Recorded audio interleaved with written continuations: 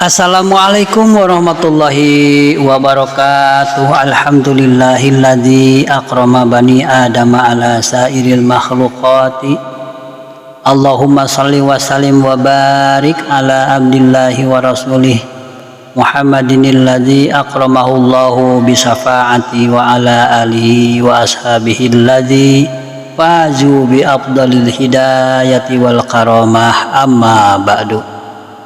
Pemirsa yang budiman yang dirahmati Allah Subhanahu wa taala, kita jumpa lagi di ceramah minimalis atau di cermin ceramah minimalis. Di kesempatan kali ini kita akan melanjutkan tentang sejarah Wali Songo. Sebelumnya telah kita bahas cerita tentang 3 Wali Songo sebelumnya, yaitu mengenai Maulana Malik Ibrahim, kemudian Sunan Ampel dan Sunan Giri. Wali Songo berikutnya yang keempat yaitu bernama Sunan Bonang. Ia anak Sunan Ampel yang berarti juga cucu Maulana Malik Ibrahim.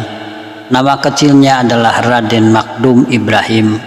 Lahir diperkirakan tahun 1465 Masehi dari seorang perempuan bernama Nyi Ageng Manila, putri seorang adipati di Tuban. Kemudian yang kelima adalah Sunan Kalijaga. Sunan Kalijaga dialah wali yang namanya paling banyak disebut masyarakat Jawa. Ia lahir sekitar tahun 1450 Masehi. Ayahnya adalah Arya Wilatika, adipati Tuban, keturunan dari tokoh pemberontak Majapahit Ronggolawe masa itu. Arya Wilatika diperkirakan telah menganut Islam.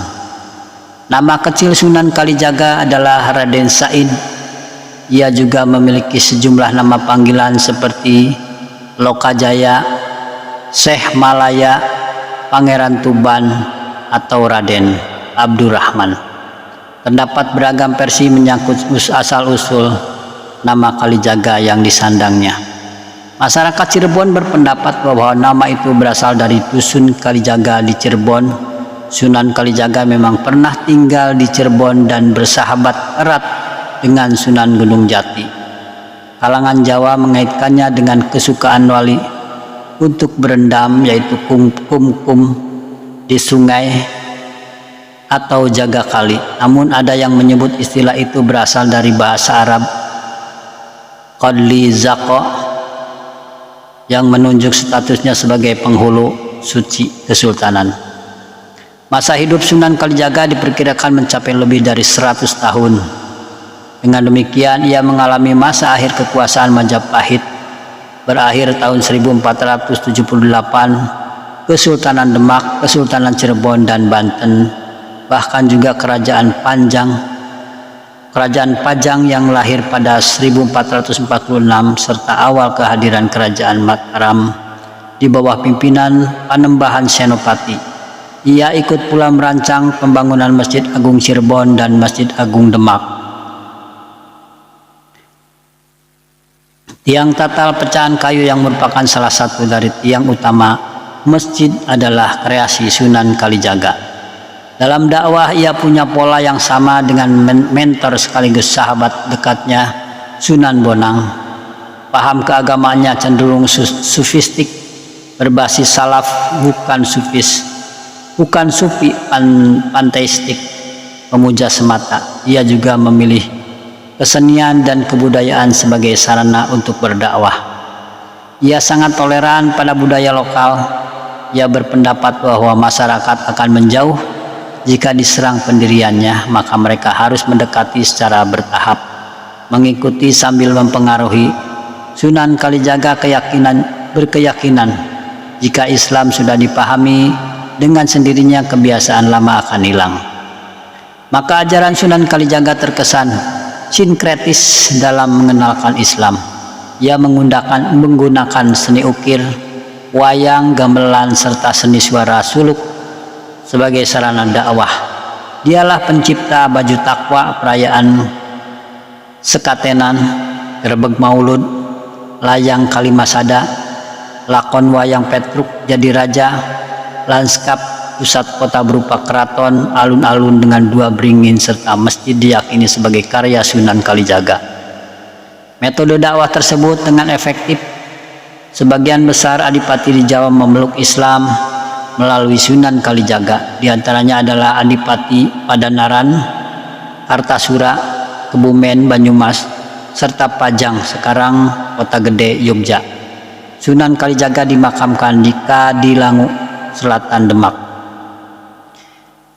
Yang keenam adalah Sunan Gunung Jati.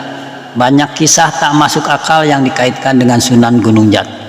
Di antaranya adalah bahwa ia pernah mengalami perjalanan spiritual seperti Isra Mi'raj, lalu bertemu Rasulullah SAW, bertemu Nabi Khidir, dan menerima wasiat dari Sulaiman. Babad Cirebon, naskah Klayan halaman 22. Semua itu hanya mengisyaratkan kekaguman masyarakat masa itu pada Sunan Gunung Jati. Sunan Gunung Jati atau Syarif Hidayatullah diperkirakan lahir sekitar tahun 1448 Masehi.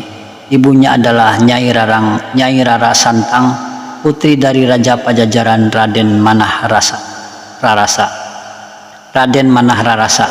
Sedangkan ayahnya adalah Sultan Syarif Abdullah Maulana Huda, pembesar Mesir keturunan Bani Hashim dari Palestina. Syarif Hidayatullah mendalami ilmu agama sejak berusia 14 tahun dari para ulama Mesir. Ia sempat berkelana ke berbagai negara, menyusul berdirinya Kesultanan Bintoro Demak, dan atas restu kalangan ulama lain, ia mendirikan Kesultanan Cirebon yang juga dikenal sebagai Kesultanan Pakungwati. Dengan demikian, Sunan Gunung Jati adalah satu-satunya wali songo yang memimpin pemerintahan. Sunan Gunung Jati memanfaatkan pengaruhnya sebagai putra Raja Pajajaran untuk menyebarkan Islam dari pesisir Cirebon ke pedalaman Pasundan atau Priangan. Dalam berdakwah, ia mengandung kecenderungan Timur Tengah yang lugas, namun ia juga mendekati rakyat dengan membangun infrastruktur berupa jalan-jalan yang menghubungkan antara wilayah. Bersama putranya Maulana Hasanuddin, Sunan Gunung Jati juga melakukan ekspedisi ke Banten. Penguasa setempat pucuk umum menyerahkan sukarela penguasaan wilayah Banten tersebut yang kemudian menjadi cikal bakal Kesultanan Banten. Pada usia 89 tahun, Sunan Gunung Jati mundur dari jabatannya untuk hanya menekuni dakwah. Kekuasaan itu diserahkannya kepada Pangeran Pasarean. Pada tahun 1568 Masehi, Sunan Gunung Jati wafat dalam usia 120 tahun di Cirebon, dulu Carbon. Ia dimakamkan di daerah Gunung Sambung, Gunung Jati, sekitar 15 km sebelum kota Cirebon dari arah barat. Demikianlah sejarah singkat 3 waliullah berikutnya, yakni Sunan Bonang yang merupakan anak dari Sunan Ampel, juga seorang cucu dari Maulana Malik Ibrahim yang memiliki nama kecil Raden Makdum Ibrahim. Kemudian yang kelima adalah Sunan Gunung Jati atau Raden Said yang memiliki sejumlah nama, antara lain biasa dipanggil Lokajaya atau Syekh Malaya atau juga Pangeran Tuban, atau biasa dipanggil juga sebagai Raden Abdurrahman.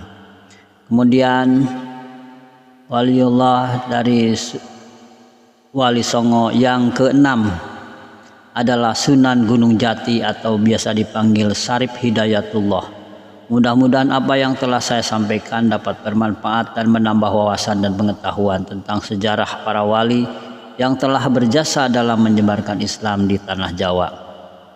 Aqulu qauli hada wa astaghfirullahal azim innahu huwal ghafurur rahim. Wassalamualaikum warahmatullahi wabarakatuh.